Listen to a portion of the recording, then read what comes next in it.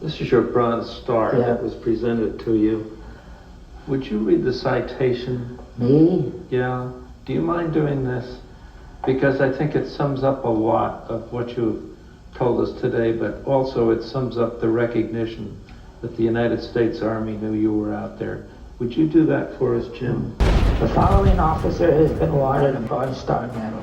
First Lieutenant James A. Smith for meritorious service in combat during the period between 25th of October 43 to 8th of February 44 in Italy. Lieutenant Smith exhibited initiative, meticulous care, and a high degree of professional skill while performing his duties as a forward observer along the Italian front. In order to obtain the best observation possible, he was often subject to enemy fire of all types and endured lack of sleep and the severest weather conditions for extended periods. While the battle for Mount Pantano was in progress, First Lieutenant Smith maintained his observation post in freezing weather to enable his battalion to mass fire on enemy attacks and to obtain valuable information of enemy dispositions. In just 5 months, Japan has destroyed the Allied forces in the Far East and conquered half of the Pacific. 500,000 German troops swept down into Yugoslavia and Greece. The world is holding its breath. Will Hitler defeat Stalin? Africa Corps is just outside Egypt. The Wehrmacht occupies a third of Russia. The Imperial Navy of Japan controls the Pacific, and Germany's submarines are wreaking havoc in the Atlantic. The numerous achievements of First Lieutenant Smith beyond the call of duty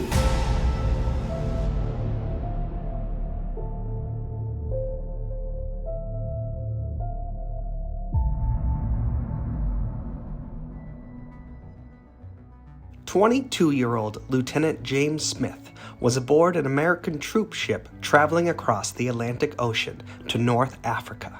His job was to be the eyes of U.S. artillery fire against Italian and Nazi German soldiers for the fight to gain control of North Africa. We got off at Casablanca.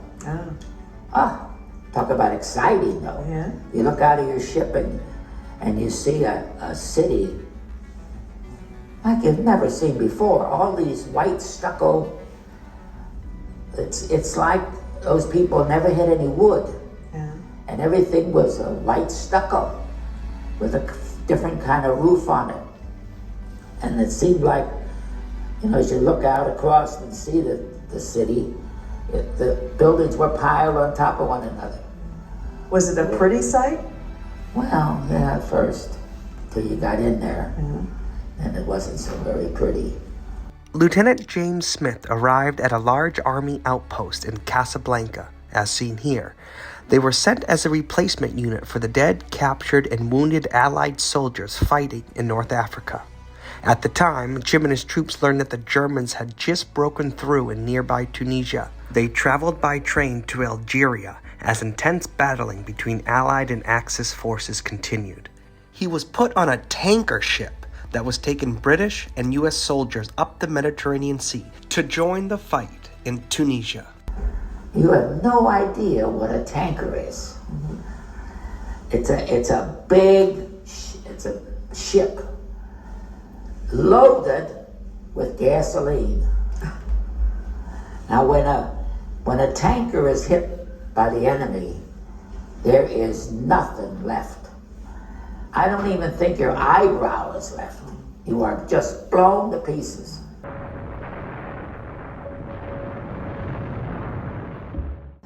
And for 3 days and 2 nights, we were on that floating tub going up the Mediterranean, and the Germans were on both sides.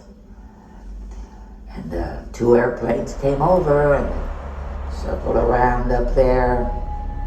There was about 6 of us, 6 tankers, and the captain of the little tanker was British. He said, "Everybody go below." You think I'm gonna go below? It wouldn't have made any difference if I was down below or up above, but nobody wants to just hide down there, so we wanted to all see. and those two planes circled around and dove, and they looked like they were headed for us, but they were headed for the tanker in front of us.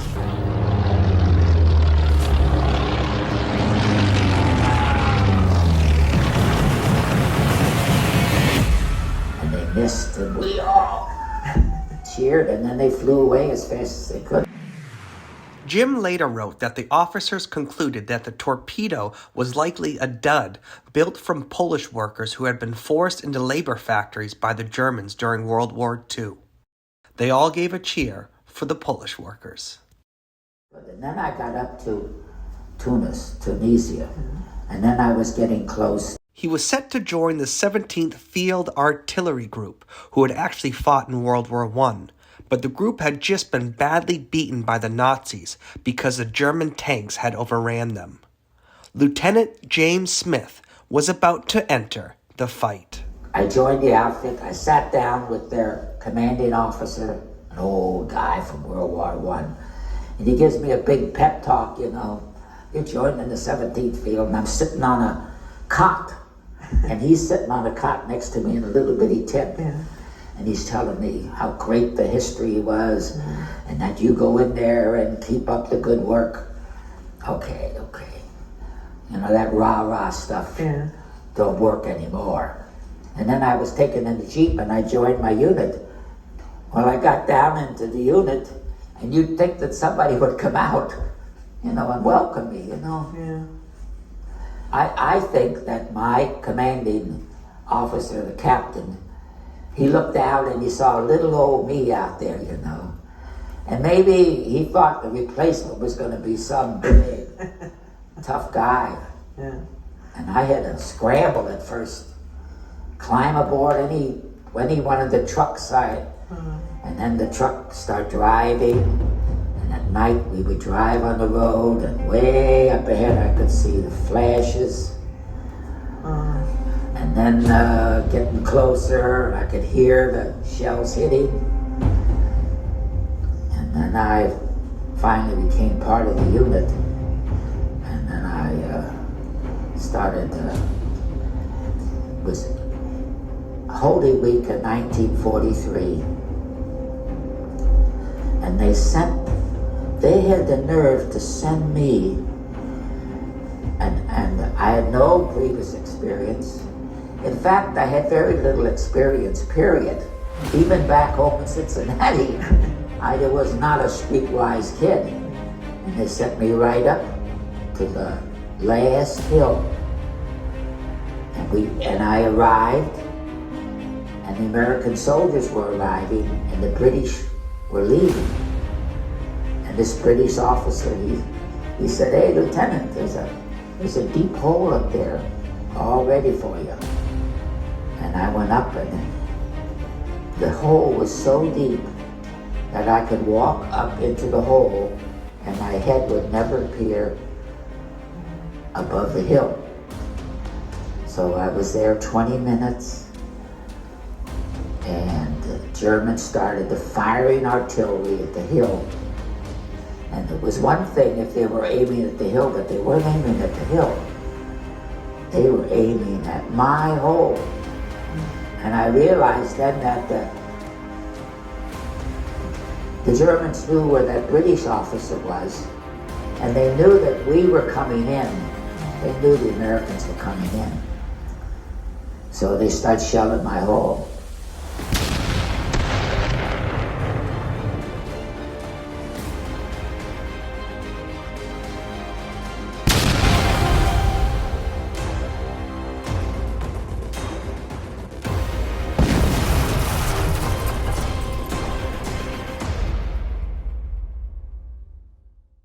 I was shelled a lot of times, and I learned, I had a procedure like I went into. I would curl up in a fetal position. I would double up my legs and arms, and I was going to protect my heart, and I'd protect my head. I had a regular little procedure I went through. And the shells landed very close. I was hit by little pieces, but not strong enough to break the skin. That was my first experience.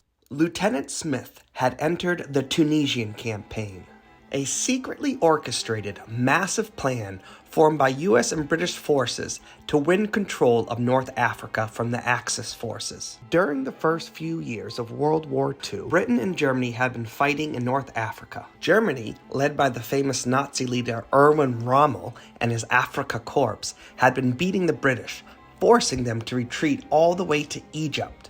However, soon after America joined World War II, Roosevelt was determined to deploy his armed forces against the European Axis powers, and when no agreement could be reached for an attack against the continent, he accepted the British idea of an operation in North Africa.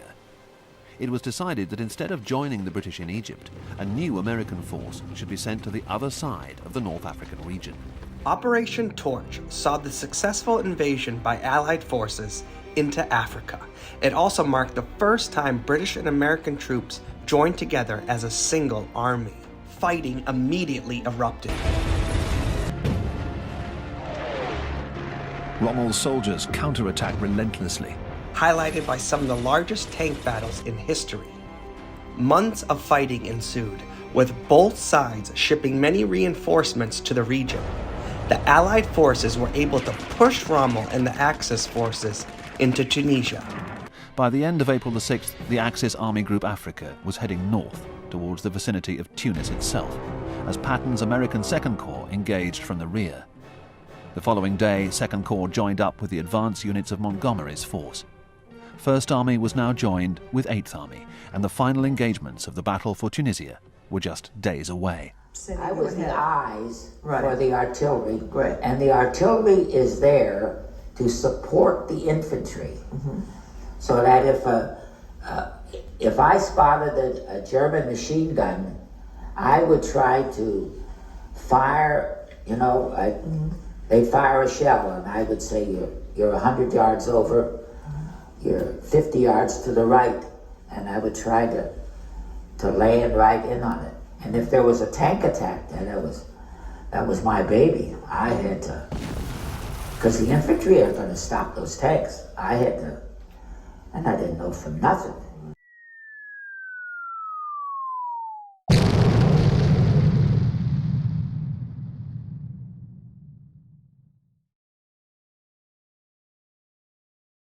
I was a spotter on a hill in North Africa. Things were very quiet. Only one German artillery gun was firing far over my left. I ignored it. I had other worries. Suddenly, there was a scuffle of rocks and gravel, and then a head appeared over my foxhole. "Who is this nut?" Get down! I yelled. It was a colonel. Oh no, it was my own commander at that. He slid into my trench with me. So, what's going on? Nothing. All is quiet here. I'm going to look around. He says as he stands up. I see trouble coming. Colonel, sir, that's not a good idea. Standing up. I'm worried about me, not him. He ignores me.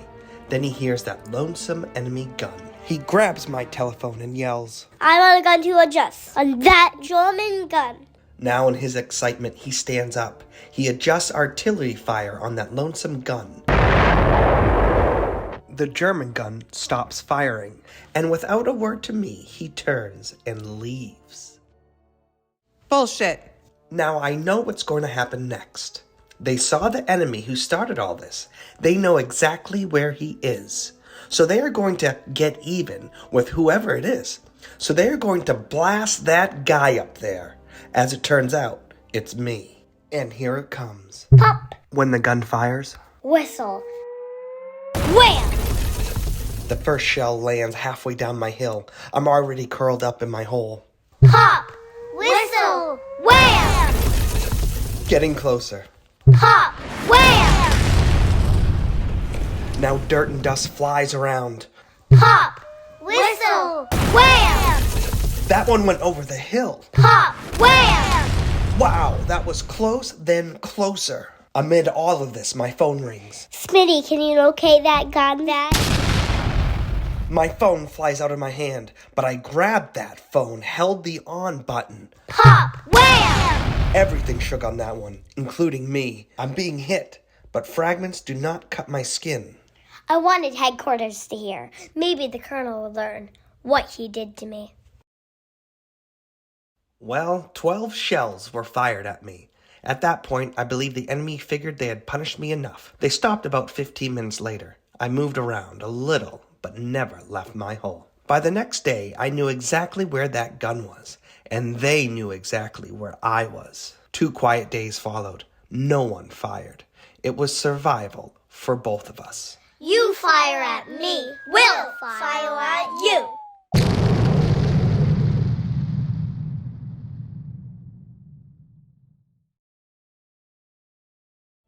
Late April 1943. Allied forces are preparing for a large offensive. Forward observer Lieutenant James Smith is in a foxhole in Tunisia, awaiting the order to attack. During the night, the Germans must have known we were going to attack. And they came over with an airplane, a real light, one of those light little airplanes that flies real slow. And they fly over the front line, and they drop these flares. And then the flare would light up the whole countryside. God, I was just shaking up there, and I was trying to sleep. And then they call up from headquarters, "Hey, Smitty." In fact, first they didn't even know my name. And they would say, "Hey, there's an attack tomorrow morning." So we were all up on the hill the next morning, waiting. And if there was an attack, it was up to me to fold back to the 12 guns to fire on the enemy. I didn't even know whether I could do that. I had no experience. Right. Easter Sunday, they jumped off.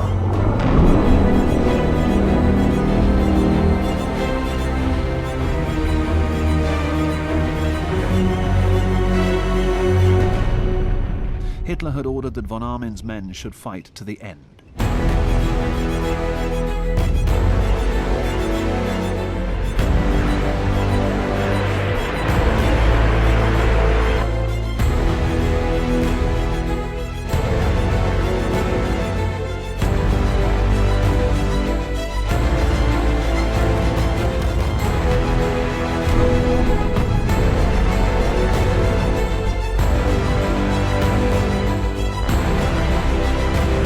The relocated American Second Corps captured Hill 609 with an armoured assault that surprised the Axis defenders. As the Shermans swept over the crest of the hill, the Allied commanders could believe that the path to Tunis and Bizerta was clear, and victory could be achieved. And they succeeded. And all those days that I was up there looking out and seeing no Germans, now all of a sudden there were Germans all over, prisoners. Just a few days after Lieutenant Smith's victory, the Axis forces surrendered in North Africa, with hundreds of thousands of Germans and Italian soldiers becoming prisoners of war. On the 13th of May 1943, the Allied leadership knew that their plan had succeeded, and victory in North Africa was theirs. It was one of the most memorable campaigns of the whole war. Jim and his army spent the next 2 months at a camp, waiting to be sent home. They gathered on July 4th for a big speech, seemingly a farewell send-off. And then he starts with, "And we're going to continue the war, and we're going to go on and beat the Huns until we march down the streets of Wilhelmstrasse in Berlin." And he stopped. He stopped because there was a general murmur, like anger. And this general's up there as if to say, what did I say? What did I say? Well, we got order, we, the officers, because it appeared now that we're going home someday in a box.